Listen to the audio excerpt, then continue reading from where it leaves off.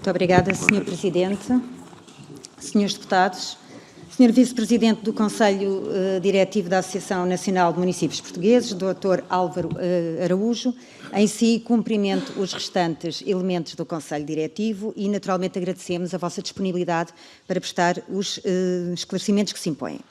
Antes de mais, voltar a expressar, porque o Grupo Parlamentar do PSD já o fez, mas voltar a expressar total solidariedade, naturalmente, com as circunstâncias pessoais de cada uma das pessoas trabalhadoras envolvidas neste processo, porque a isso não somos de todo insensíveis. Pronunciando-nos sobre o recolhimento do Bloco de Esquerda e porque esta matéria também já é subejamente conhecida de todos, mas não posso deixar de me pronunciar relativamente ao enquadramento também legal, entendemos que houve aqui, de facto, algum aproveitamento desta situação por parte do Bloco de Esquerda, porque já ouvimos várias entidades e sabemos também que este enquadramento, do ponto de vista do Código do Trabalho, parece-nos que não é aplicável neste caso em concreto, estando aqui em causa o procedimento das câmaras municipais relativamente à transferência de competências na área da saúde da Administração Central para as câmaras municipais e que tem uma lei enquadradora e uma específica no que diz respeito a esta transferência de competência. De facto, este processo da transferência de competências, como é bem sabido de todos, foi complexo desde o início, muito atabalhoado, tem demonstrado insuficiências na sua aplicação, e essas insuficiências e lacunas decorrem da própria lei e não tanto do conhecimento ou do entendimento que as câmaras municipais fazem dela na sua execução. Uma dessas insuficiências tem a ver precisamente com estes casos, em que as empresas de prestação de serviços, então contratadas pelo governo anterior, através do Ministério da Saúde, recorria a este tipo de expediente para colmatar necessidades que eram permanentes e, portanto, se alguém quer apontar aqui falhas, desde logo temos que ir à origem do problema e ela está na elaboração da lei e não podemos aqui também deixar de referir que o Bloco de Esquerda que suportou o governo anterior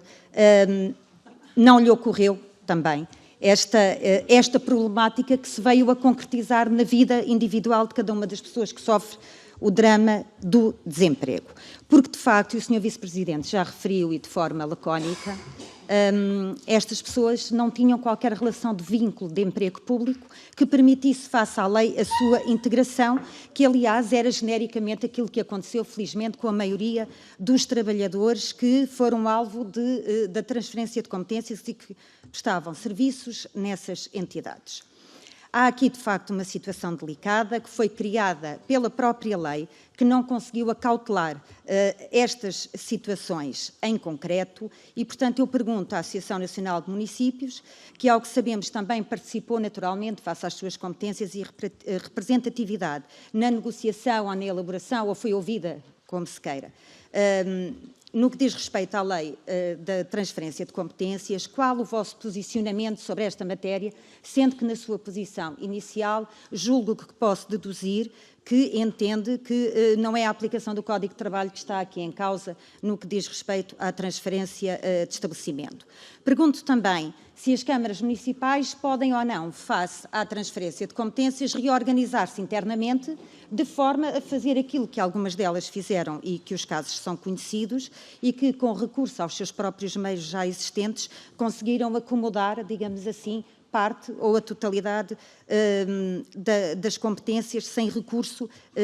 a mais pessoal. E se este ato de gestão viola ou não a lei, porque, de facto, temos que invocar aqui também o princípio da autonomia do poder local, que me parece que tem que ser articulado com estas questões. Se também têm refletido sobre eventuais soluções para este caso em concreto, de modo a evitar uma situação que o governo anterior provocou, que é, de facto, ter deixado desprotegidas estas pessoas que não tinham vínculo público, mas que, de forma